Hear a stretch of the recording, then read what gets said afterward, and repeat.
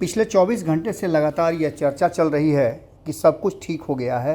पप्पू यादव और लालू यादव में एक बार फिर से सुलह हो गई है। पप्पू यादव लालू यादव से मिलने गए थे और मुलाकात के बाद बाहर निकलते हुए उन्होंने बहुत सारी बातें नहीं कही, लेकिन इतना ज़रूर कहा कि वो पिता समान हैं और वो उनके हमेशा से इज्जत करते रहे हैं। इतना ही नहीं, पप्पू यादव लगातार भले ही लालू प्रसाद से दूर हों, लेकिन कभी भी लालू प्रसाद की उन्होंने शिकायत नहीं की है।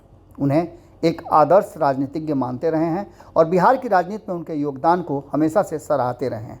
भले ही उनकी लड़ाई तेजस्वी यादव से रही हो, तेजस्वी यादव से कई मुद्दों पर उनका दुराव रहा हो और यहाँ तक कि तेजस्वी यादव को अलग करके साइड करके उन्होंने हमेशा कहा है कि उनके राजनीतिक उत्तराधिकारी और पुत्र वही हैं। इन सारी बातों को लेकर के अब जबकि दोनों की मुलाकात हुई है और ये कोई पहली मुलाकात नहीं है, इससे पहले भी लालू यादव से दिल्ली में जाकर के पप्पू यादव मिले थे। पप्पू यादव लगातार ज़मीनी राजनीति करते हैं और जिस तरह की बातें वो करते हैं वो लालू प्रसाद को बहुत सूट करता है। लालू प्रसाद ने 2009 में पप्पू यादव को अपने सिंबल पे चुनाव लड़ाया था, चुनाव में जीते भी थे, लेकिन ये संबंध बहुत लंबा नहीं चल पाया। वहीं आपको बता दें कि 2009 में उनकी पत्नी भी चुनाव लड़ी थी। 2014 में उनकी पत्नी चुनाव जीत कर भी आई, सुपौल से उनकी पत्नी जीती थी और वहीं 2014 में पप्पू यादव ने भी जीत हासिल किया था। भारतीय जनता पार्टी जहां एक तरफ बड़ी मार्जिन से जीत करके आई थी, वहां दोनों ने अपने अपने हिस्से की जीत दर्ज करके कांग्रेस और राष्ट्रीय जनता दल के गठबंधन को एक बार फिर से प्रूफ किया था। खैर, इन सब बातों के बाद संबंध नहीं चल पाया और पप्पू यादव ने अपनी पार्टी बना ली। उसके बाद से तो 36 का आंकड़ा हमेशा से राष्ट्रीय जनता दल से रहा। एक तरफ जहां पप्पू यादव ये समझ रहे थे कि लालू प्रसाद की विरासत को वो संभालेंगे, तो वहीं लालू प्रसाद ने 2015 में जैसे ही तेजस्वी यादव को सामने किया, पप्पू यादव की नाराज़गी और बढ़ गई और तेजस्वी यादव को उन्होंने अपना विरोधी मान लिया था।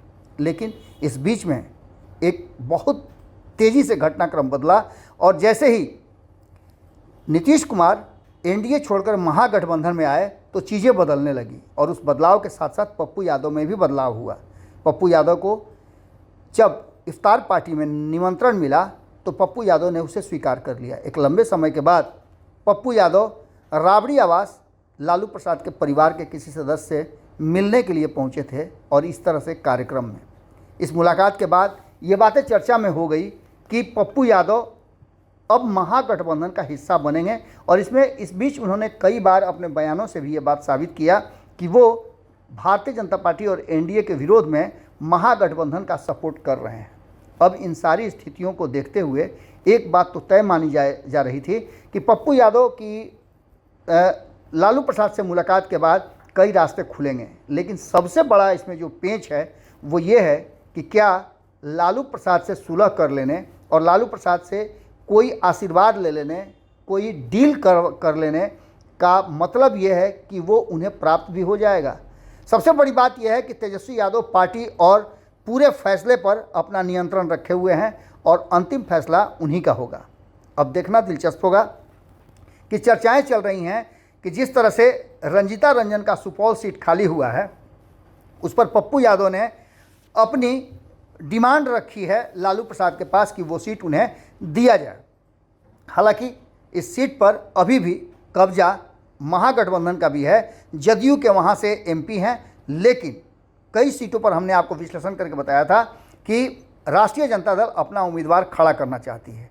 अब देखना दिलचस्प होगा कि पप्पू यादव का ये डिमांड तेजस्वी यादव पूरा करते हैं या नहीं। महागठबंधन में एक तरफ जहां फैसला लेने का अधिकार नीतीश कुमार को है, तो वहीं कांग्रेस और राष्ट्रीय जनता दल से मिले जुले जो फैसले होंगे वो तेजस्वी यादव के पास हैं। निश्चित रूप से लालू प्रसाद से डील करने का मतलब ये नहीं होता है कि आपको वो चीज़ प्राप्त हो जाएगी। अंतिम फैसला तेजस्वी यादव को करना होगा। अब देखना दिलचस्प होगा कि आगे क्या कुछ निकल करके सामने आता है। जुड़े रहिएगा भारत लाइव के साथ, अगली खबर जल्दी ही आपके सामने। अगर ये वीडियो पसंद आई और वह बिहार के राजनीति और बिहारियत से सरोकार रखेनी तो सब्सक्राइब बटन दबा के चैनल के सब्सक्राइब कर ली। ओजे एगो घंटी बा, ओकरा बटन दबा देला से कुल सटीक और मारक खबर रुआ मुफ्त में मिल जाई। अगर रउआ पत्रकारिता के हमनी के नया प्रयोग में सहयोग कर चाहतानी तो ज्वाइन बटन दबा दी। पेटीएम नंबर नोट कर ली 9386816700। धन्यवाद।